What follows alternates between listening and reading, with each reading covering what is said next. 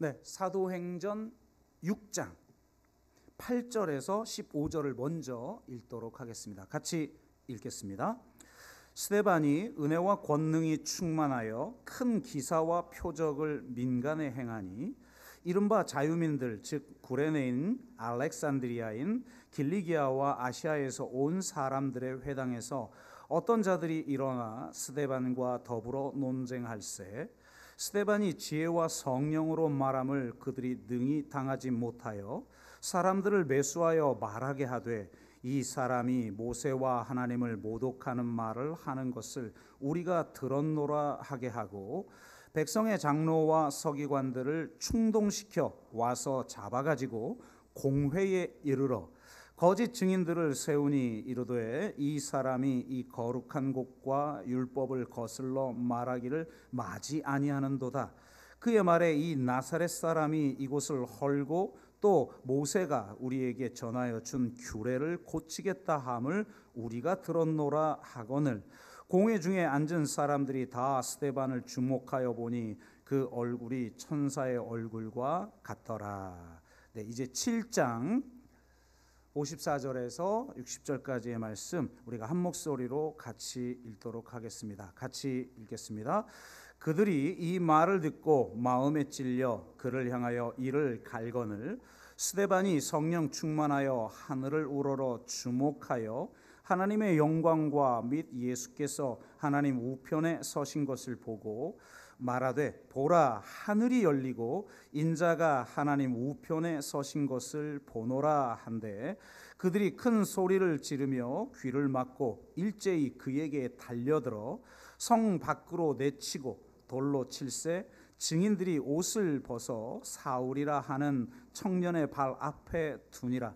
그들이 돌로 스데반을 치니 스데반이 부르짖어 이르되 주 예수여 내 영혼을 받으시옵소서 하고 무릎을 꿇고 크게 불러 이르되 주여 이 죄를 그들에게 돌리지 마옵소서 이 말을 하고 자니라. 아멘. 네, 제가 지금 이제 책을 쓰고 있다는 말씀을 좀 드렸는데요. 9월이면 다 쓸 줄 알았는데 생각보다 이게 복음서, 그러니까 마태복음을 통해서 복음서의 내용을 우리가 나누고 있는데 제가 쓰고 있는데 생각보다 공력이 많이 들어가더라고요. 그래서 많이 늦어지고 있는데 그래도 지난주에 예수님이 예루살렘 성에 입성은 하셨습니다. 네, 그래서 그 부분을 쓰고 있다가 지금 뭐 보니까 분량을 좀 체크해 봤더니 입성하셨는데 탈성장 교회보다 분량이 더 한참을 초과해 가지고 다 쓰고 나면 한 3분의 1 정도를 다시 쳐내는 작업을 좀 해야 할 상황이니까 여러분이 기도를 좀 해주시면 좋겠고요. 예수님이 입성하시기 전 가장 중요한 사건이 변화산 사건이에요. 이번 주 초에 이 변화산 사건에 대한 글을 쓰면서 굉장히 감동을 많이 받았고 그 감동 중에 불현듯 이 스데반이 떠올랐어요. 아무래도 최근에 사도행전을 우리가 강의하고 있기 때문인 것으로 추측이 되어지는데 이 변화산의 관점에서 스데반 사건을 이해할 수도 있겠구나라고 하는 생각을 가지게 되었고 그래서 오늘 말씀을 좀 준비하게 되었습니다. 일반적으로 스데반은 7 집사 중에 한 명으로 알려져 있죠.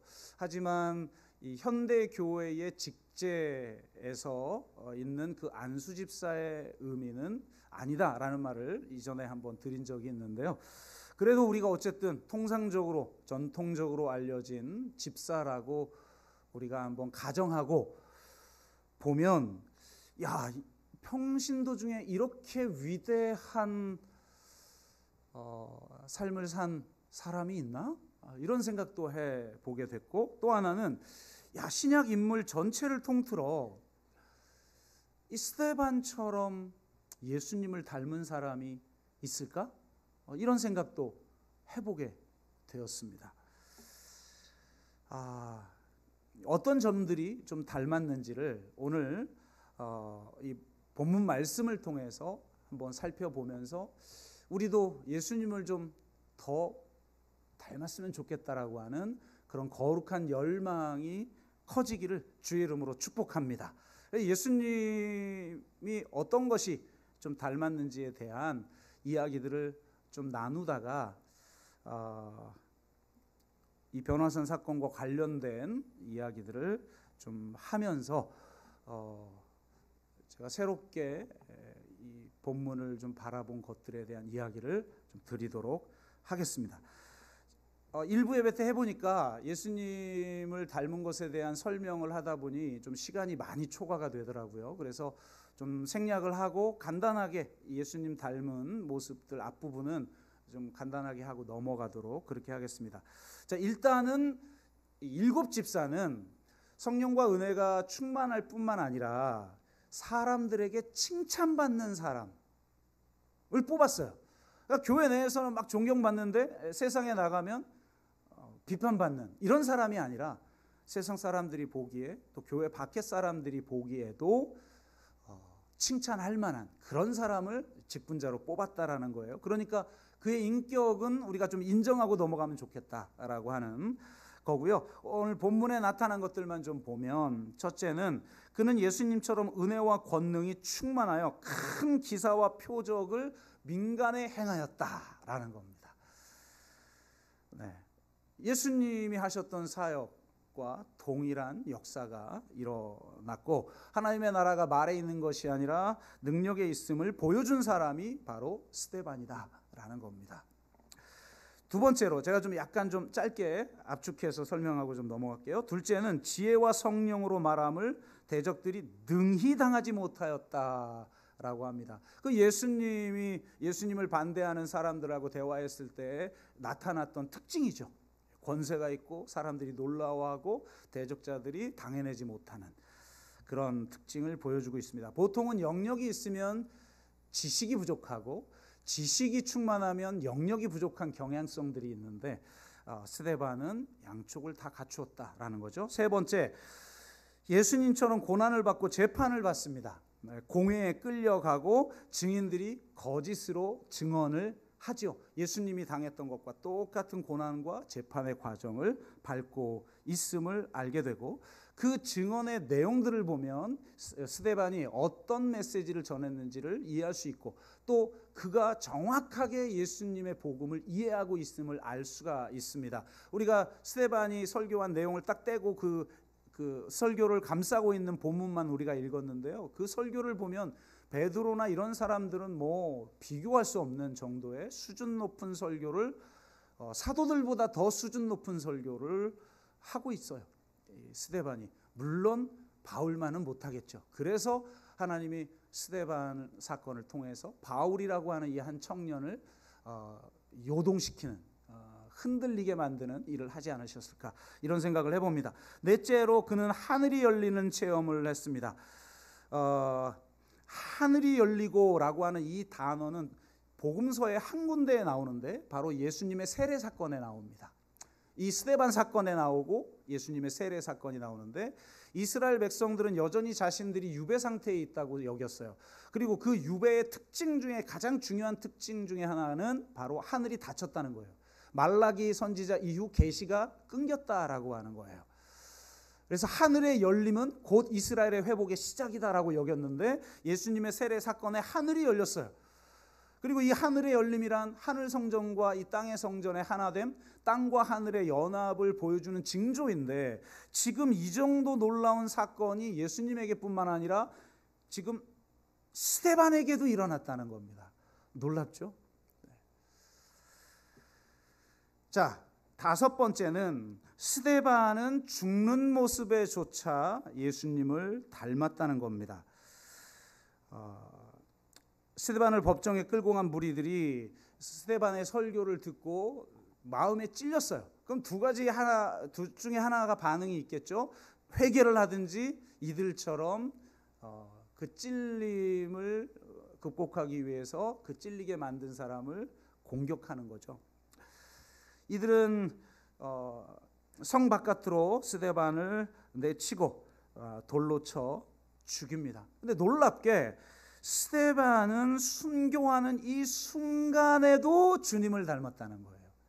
그러니까 어떻게 보면 그의 인격을 볼 수 있는 대목이기도 하죠. 우리는 우리를 괴롭히고 우리를 힘들게 한 사람, 그냥 작은 것에도 분노로 반응하고 때로는 미움으로 반응하고 철저하게 정죄하고 공격하고 그런 경향성들을 가지는데, 심지어 지금 돌로 자기를 쳐 죽이려고 하는 무리들을 향해서도 그가 어떻게 반응하는지를 보면 얼마나 그가 예수님을 닮았는지를 우리가 이해할 수 있다라는 겁니다.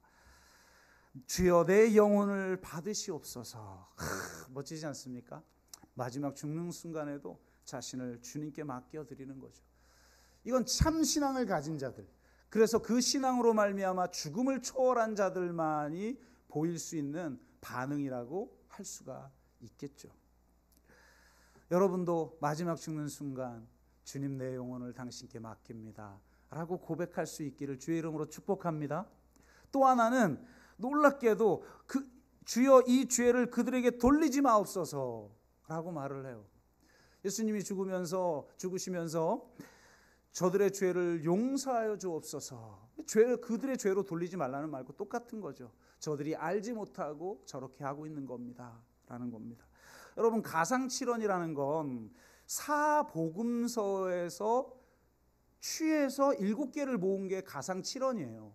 한 복음서만 7개가 있는 게 아니에요. 한 복음서에는 한두 개씩 있단 말이에요. 그걸 모았을 때 7원이 되는 건데, 여러분 스데반이 이 가상칠원 중에 2개를 지금 죽는 순간 하고 있단 말이죠.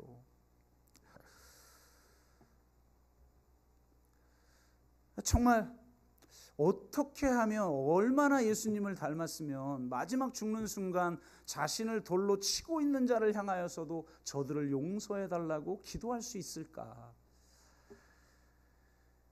우리의 옳고 그름, 선하고 악함, 그것을 넘어서서 진정한 옳음과 진정한 선함을 만들어내는 그 본질적인 사랑,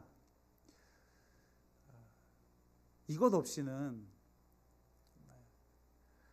이렇게 할 수 없죠. 그리고 이것 없이는, 이 하나님의 사랑 없이는 세상을 새롭게 할 수, 지식으로 세상을 바꾸기는 어려워요.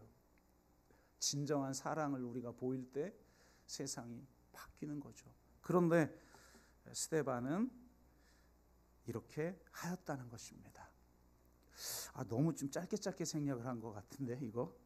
어쨌든 그렇습니다. 이제 본래 이 스데반의 본문을 가지고 설교를 하면 항상 이걸 가지고 설교하게 되죠. 마지막 그가 죽는 순간에도 자기를 죽이려고 하는 자들을 용서하고 사랑했다라는 것, 이것이 우리 기독교의 정체성이다, 이런 말씀을 좀 드리게 되는데, 자, 오늘은 변화산 사건과 관련되어져서 이 스데반에 대해서 새롭게 좀 바라본 관점을 여러분에게 소개하겠다라고 했기 때문에, 자, 앞부분 일단 기억은 해두십시오. 이 5가지 기억해 두시고 마지막 한 가지를 좀 이걸 강조하고자 하는데, 사실은 앞장에 있어요. 뒷장에 있는 게 아니라 앞장에 있는데 제가 순서를 제일 마지막으로 옮겼습니다.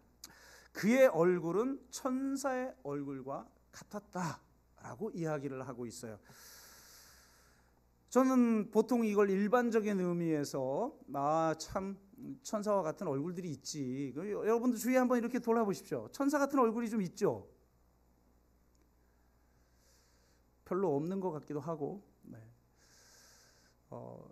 그리고 또 요즘은 뭐 기술이 좋아가지고 피부과 한번 다녀오면 막 물광 반짝반짝, 뭐 연예인들은 보면 5, 60대인데도 막 물광 피부 20, 30대 같고 막 그러잖아요. 어떻게 해야 그렇게 물광 막 빛이 나요?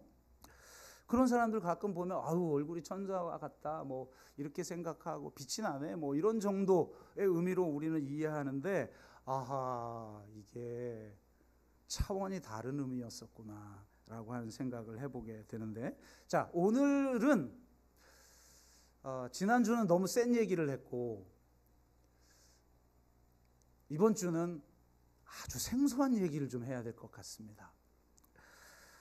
우리 개신교 교회를 오래 다닌 분들은 사실 어떻게 보면 거의 들어본 적이 없는 이야기일 텐데요. 이는 동방 기독교가 주장하고 있는 내용이기 때문에 그렇죠. 자, 한번 생소하니까 아주 집중해서 들으셔야 됩니다. 예수님은 첫 번째로 고난과 죽음과 부활을 예고한 후에 변화산에 올라가 변형되십니다. 변모 혹은 변형 이렇게 표현을 하는데요. 그의 얼굴이 해같이 빛나며 옷이 빛과 같이 희어졌죠. 그때 제자들은 모세와 엘리야가 예수님과 더불어 말하는 모습을 보는데요. 모세와 엘리야가 나타난 굉장히 중요한 의미가 있는데 그 중에 오늘은 모세에 대한 이야기만 해보자면 모세가 나타난 이유는 예수 그리스도께서 제2의 모세로 오셨음을 보여주는 거예요. 물론 율법의 완성이신 예수님을 보여주려는 의미도 있지만 더 중요한 것은 바로 예수님이 제2의 모세다라는 겁니다. 제2의 출애굽을 통해서 새 이스라엘을 세우시는 제2의 모세시라는 거예요. 모세는 신명기 18장 5절에서 다음과 같이 말하죠. 내 하나님 여호와께서 너희 가운데 내 형제 중에서 너를 위하여 나와 같은 선지자 하나를 일으키시리니 너희는 그의 말을 들을지니라 이렇게 말하고 있어요. 그래서 바로 이 모세와 같은 선지자, 이스라엘 백성들이 새 직분을 바랬어요. 참된 왕이 귀환하기를. 그 다음 참 성전이신 멜기세덱의 반차를 쫓아난 대제사장을 기대했어요. 그러니까 이거는 제2성전기, 즉 말라기와 그 마태복음 사이에 있는 신구약 중간기를 말하는 거죠. 이 신구약 중간기의 사람들의 문헌들을 보니까 바로 참된 왕이 귀환하기를, 그 다음에 대제사장이 새로운 성전을 건설하기를, 그리고 모세와 같은 선지자가 나오기를, 이것을 고대했단 말이죠. 근데 바로 그 예수님이 바로 그런 분이시다라고 하는 것을 보여줍니다. 이것을 보여주기라도 하듯이 모세가 시내산에서 하나님의 말씀을 받는 장면과 이 변화산 사건은 매우 유사하고 중첩됩니다. 모세는 시내산에 올라가서 하나님의 임재 속에서 말씀을 받죠. 예수님은 변화산에 올라가서 하나님의 임재 속에서 하나님의 말씀을 듣습니다. 모세는 아론과 나답과 아비후를 데리고 시내산에 오르고 예수님은 베드로와 야고보와 요한을 데리고 변화산에 오르십니다. 시내산에서 내려온 모세는 얼굴에 광채가 났고 예수님은 변화산에서 얼굴이 해같이 빛났죠. 이런 특징들만 보아도 예수님이 제2의 모세이라는 것을 알 수가 있어요. 그런데 이 변화산 사건은 차원이 다르다는 겁니다. 이것을 사도 바울은 이렇게 표현을 해요.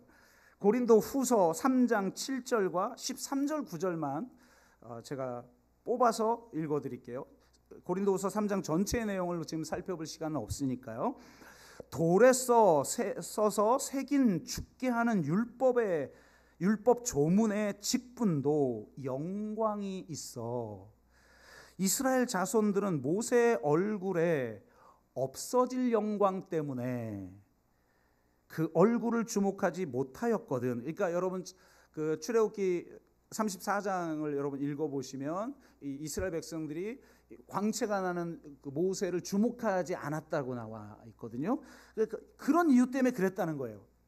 그리고 우리는 모세가 이스라엘 자손에게 장차 없어질 것의 결국을 주목하지 못하게 하려고 수건을 그 얼굴에 쓴 것 같이 아니하노라. 그러니까 모세는 얼굴에 광채가 났는데 이게 없어질 영광이어서 그 없어지는 영광을 가리려고 수건을 썼지만 우리는 그럴 필요가 없다는 거예요. 참된 영광의 광채가 우리 안에 있기 때문이죠. 자, 이것을 이제 설명을 드립니다. 모세는 시내산에서 하나님의 영광을 보았고 그 앞에 40일간 머물렀어요. 여러분 얼마나 황홀했을까요? 하나님의 임재 속에서 그의 영광 가운데 40일을 있었단 말이죠. 그러니까 내 호흡 속에도 하나님의 영광을 호흡하는 그런 것을 40일 동안 있었으니 하나님의 그 영광이 그의 존재에 스며들지 않았겠어요? 그래서 그 얼굴에 광채가 났는데 그는 그것을 수건으로 얼굴을 가립니다. 보통 신학자들은 황금 송아지도 만들었던 이스라엘 백성인데 모세의 얼굴에 광채가 났다면, 신적 광채가 났다면 모세를 신으로 여길 사람들 아니겠느냐. 그러지 못하게 하려고 수건으로 얼굴을 가렸다라고 해석을 하는데, 사도 바울은 그게 장차 없어질 영광이기 때문에 가렸다는 거예요. 독특하죠? 한마디로 모세는 반사체이지 발광체가 아니라는 거예요. 달이지 태양이 아니라는 거죠. 하지만 예수님이 변화산 사건을 통해 보여준 영광의 광채는 차원이 달랐다는 거예요. 왜냐하면 그것은 신적 영광 자체이기 때문에. 예수님은 달이 아니라 태양이셨어요. 예수님에게서 빛난 광채는 반사된 빛이 아니라 스스로 빛난 빛이었다는 거죠.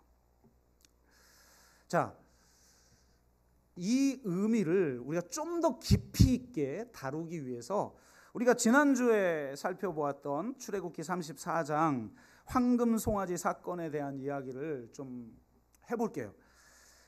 우리가 출애굽기 34장 지난주에는 이 의미를 바로 이해하려면 그냥 새긴 우상 막 이렇게 손으로 깎아서 만든 이런 걸 막 그 비나이다 이런 건 지금 안 하잖아요. 그럼 나는 우상 숭배 안 할까? 그게 아니라 우상 숭배의 참된 의미는 이것이다.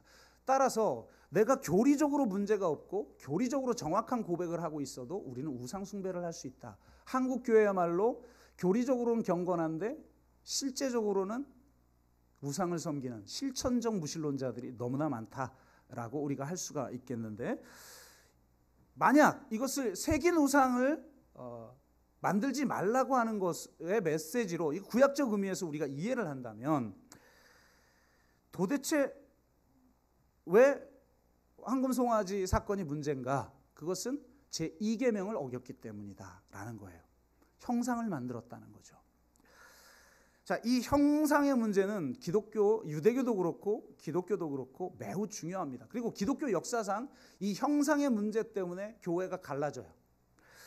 서방 기독교와 동방 기독교가 1054년에 갈라지게 되는데요. 안타깝죠. 나중에는 이제 종교개혁이 일어나고 서방 기독교가 가톨릭과 개신교로 갈라지고, 그 다음에 개신교는 뭐 설명할 수 없을 정도로 갈라지고, 뻑하면 갈라지니까. 근데 이 서방 기독교와 동방 기독교가 분열된 이유를 우리는 보통 필리오케 논쟁이라고 하거든요. 근데 이 필리오케는 결국은 이제 삼위일체를 어떻게 이해하느냐의 관건인데, 이걸 지금 설명할 필요는 없어요. 그런데 이것과 실제 관련된 중요한 문제가 성상 문제였다는 거예요. 동방 기독교는 성상을 만드는 것을 인정했죠. 서방 기독교는 그건 우상 숭배다. 지금 이스라엘 백성들이 황금 송아지를 만드는 것과 똑같은 우상 숭배의 죄를 범하는 것이다. 그건 이단이다. 이래서 결국은 갈라졌어요. 도대체 그러니까 우리는 서방 기독교에 속해 있는 사람이니까 평생을 이런 메시지만 들어온 거죠. 황금 송아지 만든 것처럼 새긴 우상, 우리 조상들은 맨날 비나이다 이랬으니까 우리 더 이상 이러면 안 된다. 근데 지금 이런 사람이 누가 있어요? 그리고 그렇기 때문에 제가 우리 개신교의 가장 큰 약점이 미학이다. 아름다움이 사라졌다. 개신교는 진리에 강하고 가톨릭은 선에 강하고 동방 기독교는 미에 강하다. 이런 말씀을 좀 드렸는데, 그러다 보니까 개신교의 최대 약점이 이 아름다움의 부재이고 미학적 관점의 부재다. 이런 말씀을 드렸어요. 이런 관점으로 우리가 신앙생활하면서 지금까지 계속 들어왔으면 오늘 제 메시지가 생소하지 않고 그리 어렵지 않을 텐데, 이건 너무나 좀 생소한 그런 메시지처럼 여겨질 것이지만, 우리가 오늘은 이제 스타트를 끊었다 치고 좀 생소하더라도 양해를 좀 해주시면 좋겠어요. 자, 동방 기독교는 성상을 숭배하지 않아요. 신처럼 여기지 않아요. 그러니까 성부 하나님처럼 여기지 않아요. 더 정확하게 표현하면 동방 기독교는 성상을 공경하지 숭배하지 않아요. 원형은 예배하지만 형상은 공경해요. 이게 무슨 말인지 이해가 안 되죠? 일단 넘어갑시다. 오늘 주제와 관련돼서 설명을 하자면 동방 기독교가 성상을 인정하는 건 삼위일체 교리 때문이에요. 위격은 셋이지만 본질은 하나다. 이게 삼위일체 교리잖아요. 그래서 우리는 예수님을 그냥 깨달은 자나 무슨 뭐 선생이나 위대한 인류의 스승 정도로 여기는 게 아니라 제2위 위격을 가진 성자 하나님으로 고백하죠. 그래야 기독교죠. 그렇지 않으면 무슨 그게 기독교겠어요? 그런데 제2 위격의 이 성육신 때문에 성상이 가능하다라는 겁니다. 만약 성육신이 없었다면 성상은 불가능한 거죠. 그래서 동방 기독교는 성자를 성상화하지 성부 하나님을 성상화하지 않아요. 형상화하지 않아요. 성부 하나님의 표상 불가능성을 인정하되 성자 하나님의 표상 가능성을 인정한 거예요.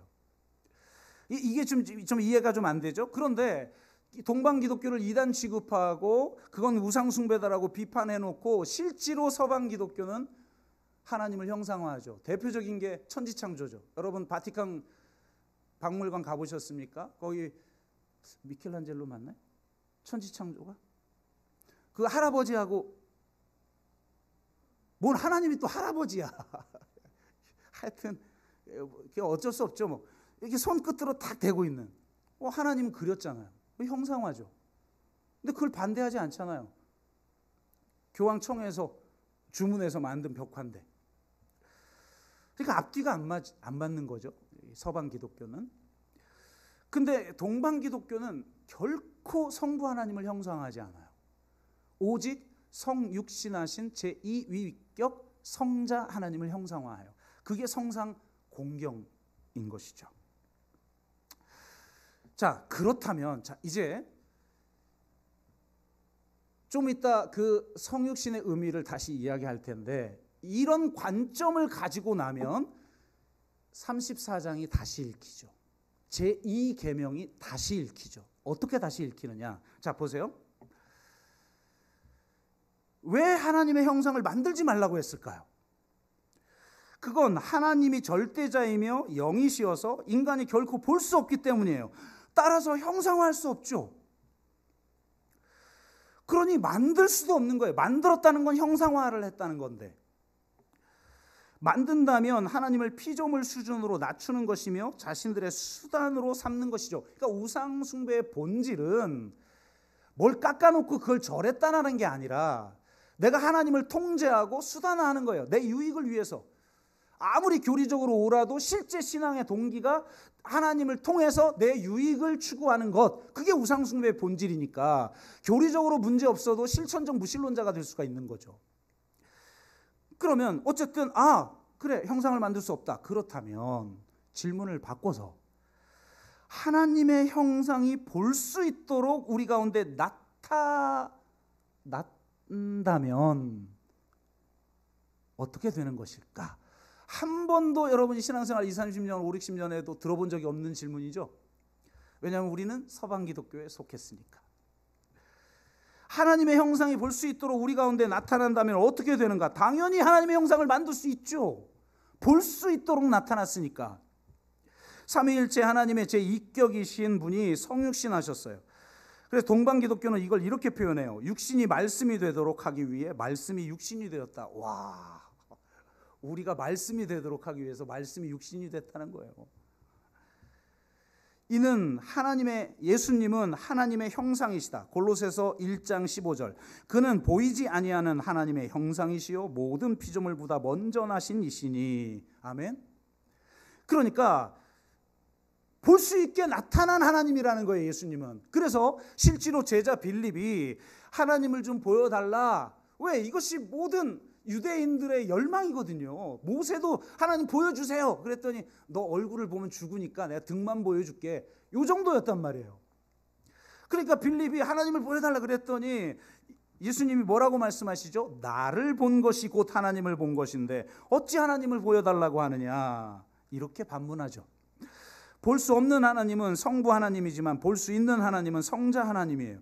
성자 하나님은 성부 하나님과 위격은 다르지만 동일한 본질을 가지신 분이시죠. 성자 하나님을 통해 우리는 하나님의 형상을 볼 수 있게 되었다는 겁니다.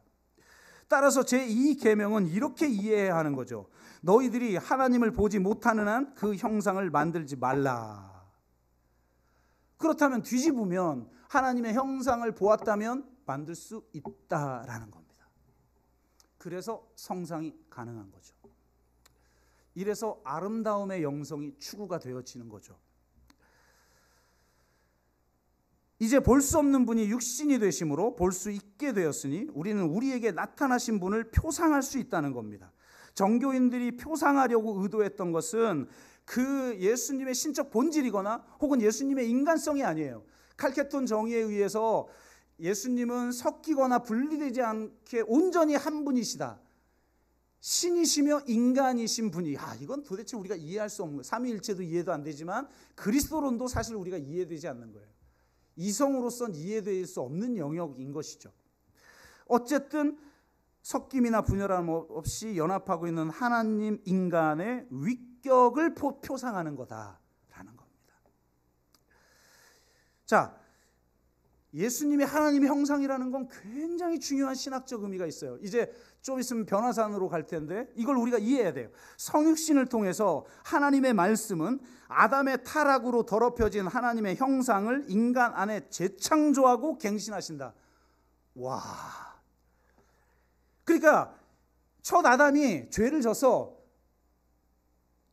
그래서 그 죄를 해결하려고 예수님이 오셨다 정도가 아니라 원래 첫 아담의 목적, 하나님이 첫 아담을 창조하신 그 목적, 지금 인간 존재들의 목적,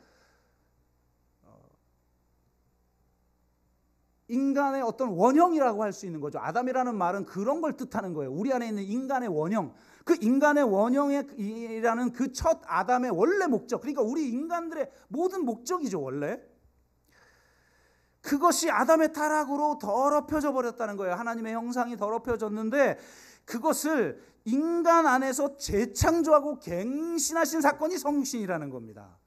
그러니까 성육신이 얼마나 위대한 사건인지, 우리는 우리 죄를 사하시기 위해 주님이 십자가에 죽었어요, 요것만 주장하지만 성육신 사건 자체가 갖는 이 엄청난 의미, 이게 중요하다는 거예요. 새 아담이자 새 창조와 천상의 인간의 만물이신 그리스도께서는 인간을 첫 아담이 창조된 그 원래의 목표로 이끌어 가신다. 그 성육신을 통해서 하나님 아들의 성육신은 인간을 본래의 순결함으로 회복하는 것일 뿐만 아니라 첫 아담이 성취하지 못했던 것의 실현이라는 겁니다. 하나님께서 인간을 불멸성 안에서 다시 창조하셨고 인간에게서 더 이상 제거할 수 없는 선물을 주셨다. 우리에게 주신 그 구원의 선물이 어떤 것인지 여러분 한번 좀 보자 말이죠. 이 재창조는, 그러니까 재창조의 선물을 이미 성육신을 통해서 우리에게 주신 거예요. 예수님의 십자가와 부활을 통해서 성취한 것을 우리에게 주시기도 하시지만 예수님의 성육신을 통해서 이루신 그것을 우리에게 주신 거예요. 그게 구원의 선물인데 그 성격이 황홀하죠. 재창조는 하나님과 더욱 닮았고 첫 창조보다 더 좋다. 그것은 영원한 선물이다. 이렇게 주장합니다. 이 불멸성의 선물은 하나님의 아름다움과 영광에 다가갈 수 있는 가능성 안에 있습니다. 그분은 그것을 신적인 아름다움과 연합시켰어요.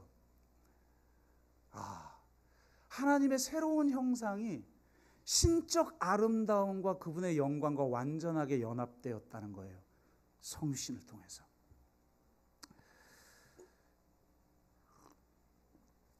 인간의 본성을 수용하심으로써 그리스도께서는 그것을 은총으로 흠뻑 적시시고 그것이 하나님의 생명에 참여하도록 하심으로써 인간에게 하나님 나라로 갈 수 있는 길, 즉 신화와 변모의 길을 열어주셨다. 그리스도의 온전한 생명을 통해서 인간 안에 하나님의 형상은 회복되었다라는 거예요. 정말 생소하죠? 아주 생소하지만 이게 우리에게 주신 구원의 선물의 깊이인 거예요. 정말 놀랍죠? 그리고 바로 이것이 변화산의 변모와 연결되는 지점입니다. 인간 본성 전체에 다가올 변모는, 여러분 이거 잘 들으셔야 돼요.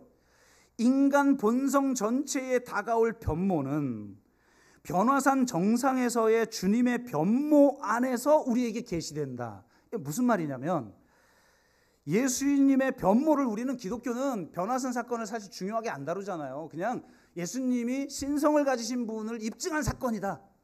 뭐 기적을 행하면 그 기적을 철저히 인간으로서 행하신 거 아니에요. 그런데 기적을 행하시면 그건 예수님의 신성을 말하는 거고, 예수님이 배고파가지고 무화과 나무 막 그 저주에서 말라 죽게 하면 그 인성을 나타내는, 그렇게 나눠지는 게 아니에요. 그리스도 위격 안에서 온전히 섞임 없이 분열 없이 하나가 되신 분인데, 그러니까 무슨 말이냐면, 우리는 저 예수님의 신성을 보여준 사건이야가 아니라 예수님의 위격 안에 드러난 신적 영광이라는 거예요. 무슨 말이냐면, 인간이 장차 변모될 그 모습을 지금 보여주신 거라는 겁니다. 놀라지도 않네. 이게 지금 무슨 의미인지, 지금 어떤 차원인지를 지금 좀 이해를 못 하시는 것 같기도 하고, 어쨌든 오늘은 처음이니까 좀 생소하지만 한번 들어보세요. 그냥 그리스도의 온몸은 변모되어 마치 신성의 찬란한 옷과 같이 되었습니다. 변모는 인간의 형상을 떠남으로써가 아니라, 그러니까 인간성을 지금 드러낸 게 아니라 신성을 드러낸 거야, 이게 아니라 오히려 그분의 영광이 인간의 형상을 비춤으로써 이루어졌습니다. 변모는 성 삼위일체 하나님의 두 번째 위격이 누리시는, 이게 전 중요하다고 생각해요, 신적인 영광의 발현입니다. 이건 전문 용어, 동방 기독교만 사용하는 용어니까 듣고 그냥 지나가세요. 신적인 에너지들은 인성을 창조되지 않은 빛의 광채를 통해 변모시킴으로써 그것을 찬란히 빛나도록 해주었습니다. 뭔 말인지 모르겠죠? 이건 그냥 넘어가 보세요. 그것은 그분의 능력 안에서 나타난 하나님의 나라입니다. 주님의 변모는 우리에게 주신 여러분 보세요. 저는 예수님이 신이라는 걸 증거하는 거야가 아니라, 그 예수님의 변모된 모습이 우리에게 준 선물이라는 거예요.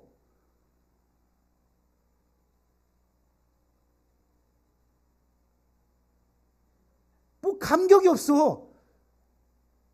이미 구원의 감격들을 다 잃어버리신 여러분. 아니 우리에게 준 하나님의 선물이라는 게 이렇게 놀라운 거라고? 나에게 주신 생명, 예수 그리스도의 생명, 나에게 주신 그 구원의 선물이 예수 그리스도의 그 변모된 모습이라고?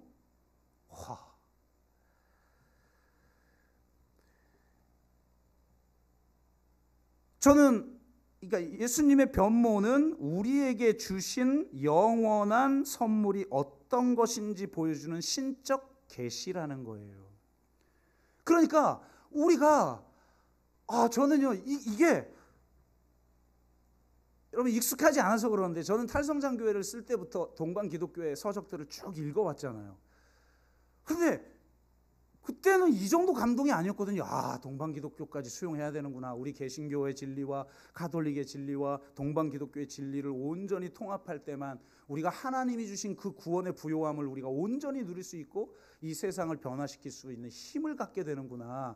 이걸 탈성장교회에서 깨달았는데, 이번에 이 마태복음 준비를 하고 변화산상에서 이 말씀을 준비하다가 어떤 전율 같은 게, 어떤 설레임 같은 게 제 안에 회복되더라고요.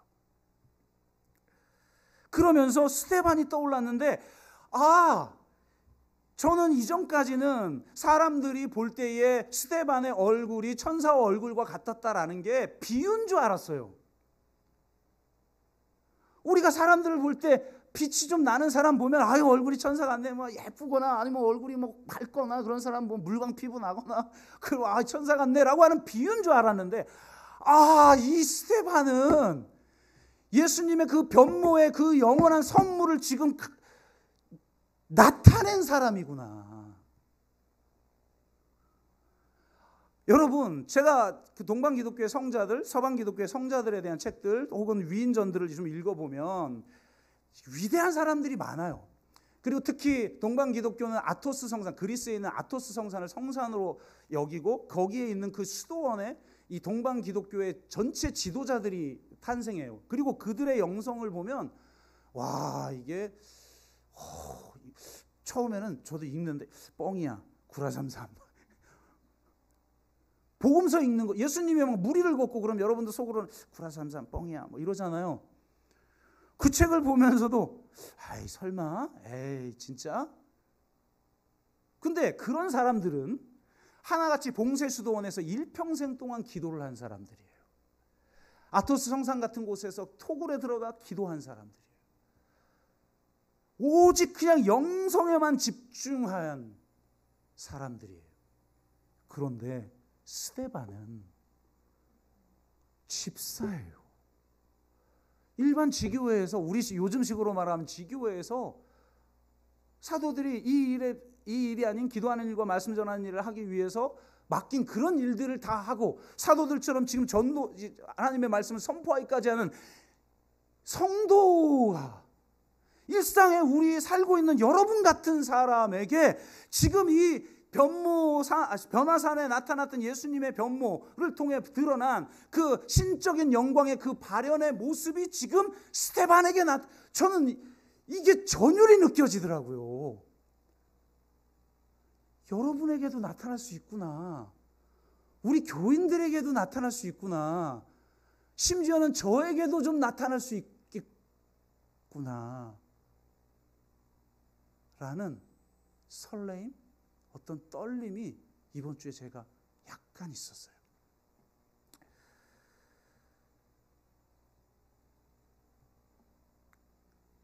그저 은혜 받은 얼굴로서 얼굴빛이 좋은 게 아니라 예수님처럼 신적 영광이 발현되어 나타난 거죠. 모세에게 나타났던 그 영광의 광채, 하지만 그것은 없어질 영광이었어요. 그런데 예수님에게 나타난 영광의 광채야말로 없어지지 아니할 신적 영광의 발현인 거죠.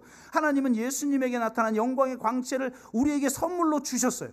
우리가 빛이라는 말은 그런 의미인 거죠. 우리의 생명이고 그리스도라는 말은 곧 그런 의미예요. 장차 우리는 그리스도로 온전히 그리스도가 변모하였듯이 우리도 변모할 거예요. 그런데 더 놀라운 것은 미래의 주님의 재림을 통해서 이루어질 그 사건이 지금 여기에서 선취될 수 있다는 겁니다. 하나님의 나라는 이미와 아직 사이에 있는 거죠. 그것을 보여준 사람이 스데반이라는 거예요. 제 안에 떨림이 있는 것을 보면서, 사실은 제가 지난번에 좀 울면서 설교를 한 이유는, 예전에는 십자가가 저에게는 기쁨이었는데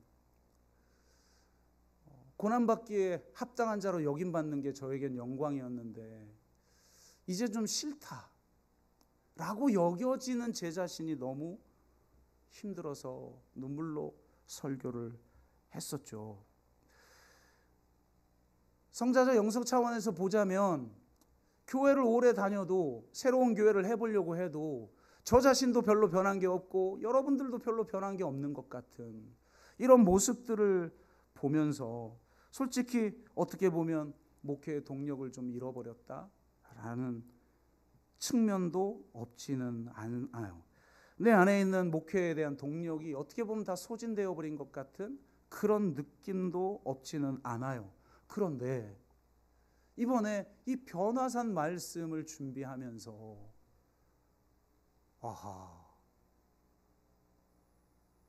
이런 놀라운 선물을 하나님이 주신 거구나.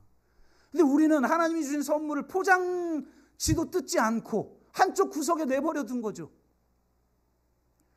그러면서 내 죄 용서받고 나 구원의 티켓 따서 나중에 죽은 후에 천국 간다, 이런 정도의 수준에 머물러 있는 우리의 모습을 보면서 우리 주님이 얼마나 안타까워하실까.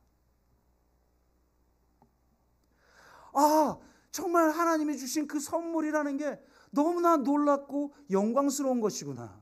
저는요, 우리 표어를 보면 내 이름으로 불려지는 모든 자 곧 내가 내 영광을 위하여 창조한 자를 오게 하라. 이 말씀이 우리의 올해 표현인데 한국 교회가 하나님의 영광을 땅에 많이 짓밟고 있으니까 어쨌든 하나님의 영광을 위해 창조된 우리가 하나님의 영광을 좀 한번 회복시켜 보자. 하나님께 영광을 좀 돌려보자. 이런 메시지였는데 변화산 사건에 대한 말씀을 묵상하고 이 스데반의 이 순교 현장을 보면서 내 이름을 위해 불려지는 모든 자, 내가 내 영광을 위하여 창조한 자가 하나님의 영광을 위해서 맨날 예배하고 찬양하고 이거 정도가 아니라 하나님의 영광을 우리 것이 되게 하기 위해서, 그래서 그 하나님의 영광을 발산하고 드러내는 삶을 사는 자로 우리를 창조하신 것이구나. 아멘. 너무나 놀라운 거예요. 물론 쉽지 않은 일이죠. 우리의 현실을 보면 저 자신을 봐도 그렇고 우리 한 사람 한 사람이 스스로를 돌아보면 얼마나 작은 것에 화를 내고 짜증내고 사랑하지 못하고 용서하지 못하고 그렇습니까? 그래서 저는 항상 제가 우리 교인들에게 강조하는 것 중에 하나가 이상과 현실의 조화다. 이상만 추구하다가 현실과 이상의 그 격차 때문에 절망하는 거예요. 그래서 더 이상 이상을 추구하지 않게 돼요. 지금 제가 설명을 잘한 거예요? 이상을 추구하다 보면, 그래서 현실적이어야 한다. 항상 내 모습 이대로를 인정하는 것에서 시작해야 한다. 목회도 마찬가지예요. 우리가 꿈꾸는 것은 너무나 거대하고 너무나 복잡하고 너무나 영광스러운데 지금 그걸 이룰 만한 우리의 현실은 매일 교회 살림 때문에 걱정하고 다음 달 살림 걱정하고 이게 우리 교회도 깨질 수도 있겠구나, 더 이상 유지가 불가능할 수도 있겠구나, 그럼 새로 개척해야 되나, 이런 고민을 하는 그 현실이에요. 거기서부터 그 현실 속에 답을 낼 줄 아는 사람이어야지. 자기 의롭다고 의로운 척만 하고, 저는 그러면 자기도 유지가 안 되고, 극단적인 진보적인 입장을 가진 사람들의 실패의 원인들은 그런 거예요. 낮아져서 현실부터 시작하지 않고 저 공중에 살아, 하늘에 살아, 의로운 척만 해, 옳은 얘기만 해. 뭘 이룰 겁니까? 실제 이루어낼 수 있어야죠. 그래서 저는 이게 보수의 힘이라고 생각하거든요. 현실에서 현실을 만들어갈 줄 아는 힘. 그래서 저는 현실에서부터 시작해야 된다. 그래서 저는 영성도 내 모습 이대로 받으시는 우리 주님의 은혜를 날마다 붙들어야 된다. 아멘. 왜요? 그만큼 우리가 연약하거든요. 또 넘어지고 못난 모습 보이고. 그러나 그런 모습을 있는 그대로 나를 사랑하시는 주님, 그 주님의 사랑을 여러분 붙드시기를 주의 이름으로 축복합니다. 그러나 균형은 항상 균형이 있어야 돼요. 맨날 내 모습 이대로. 그래서 그 모습이 1년 전 10년 전하고 똑같아. 10년 전 그때 이 모습 이대로, 10년 후 지금도 이 모습 이대로 변한 게 하나도 없어. 그럼 그게 뭡니까? 이상은 높이 잡아야 돼요. 이상을 높이 잡지 않는 한 지금 이 모습도 변하지 않아요. 그리고 그 높은 이상은 내가 스스로 만들어낸 이상, 그거는 작은 자아의 반작용, 역동에 의해서 만들어낸 상이에요. 그건 결코 나를 이끌 수 없어요. 그런데 우리의 이상은 내가 만들어낸 어떤 상이 아니에요. 예수 그리스도께서 이 땅에 오셔서 성육신하시고 공승애를 사시고 십자가에서 죽으시고 부활하시고 승천하셔서 이루어 놓고 우리에게 선물로 주신 것이에요. 아멘. 그 선물을 우린 뜯어보지도 않고 누려보지도 못하고 그 이상을 뭔가 조금이라도 더 지금보다 나아지기 위해서 그 이상을 향해 분투하는 걸 포기하고 산다면 그건 균형 있는 신앙이 아니죠. 여러분, 내 모습 이대로 나를 받으신 하나님을 붙들되 우리에게 주신 그 선물이 얼마나 놀랍고 영광스러운지를 보고 달려가는, 하루에 조금이라도 나아지는, 그래서 내가 내 일평생 한 번은 스데반처럼 사람들이 볼 때 그 영광의 광채를 보게 되는, 서로 얼굴을 보세요. 세상 죄를 지고 가는 어린 양을 보라. 같아요, 꼭. 물론 세상 힘들죠. 그래서 주일날 와서 여기서 은혜 받고 그 힘으로 또 세상을 이겨내고 버텨내고 그러죠. 저도 그래요. 그렇지만 아하, 이런 놀라운 영광을 우리에게 주셨으니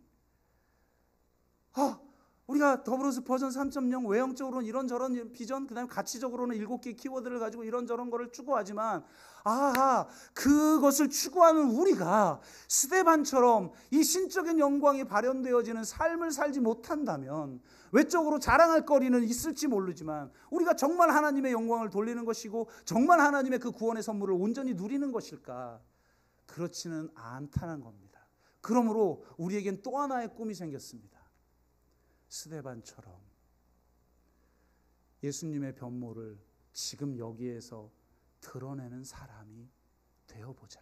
우리에게 주신 선물을 온전히 누리고 나타낼 수 있는 사람들이 되어보자 라는 겁니다.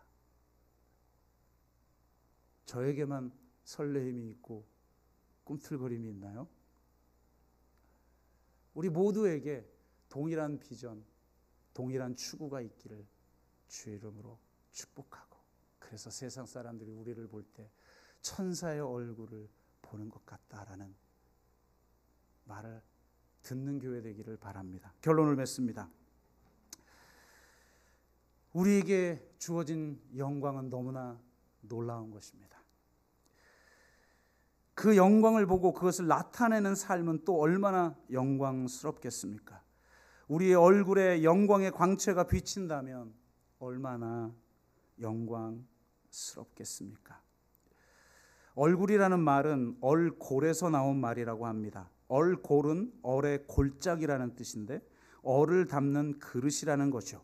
그래서 사람은 자기 얼굴에 책임을 져야 하는 것입니다. 그 얼굴을 보면 그 안에 어떤 소갈이 있는지, 어떤 얼이 있는지, 어떤 정신이 있는지, 어떤 영혼이 담겨져 있는지를 알 수가 있는 것이죠. 그런데 기독교는 얼굴은 그 정도가 아니라고 말합니다. 단지 정신이 담겨 있는 것이 아니라 천사가 담겨져 있습니다. 영광이 담겨져 있습니다. 영광의 그 광채가 담겨져 있습니다. 그리스도의 변모가 담겨져 있습니다. 우리가 이토록 영광스러운 존재들입니다.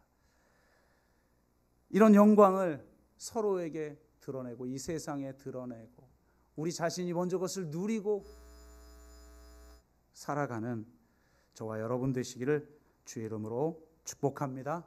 우리 한번 같이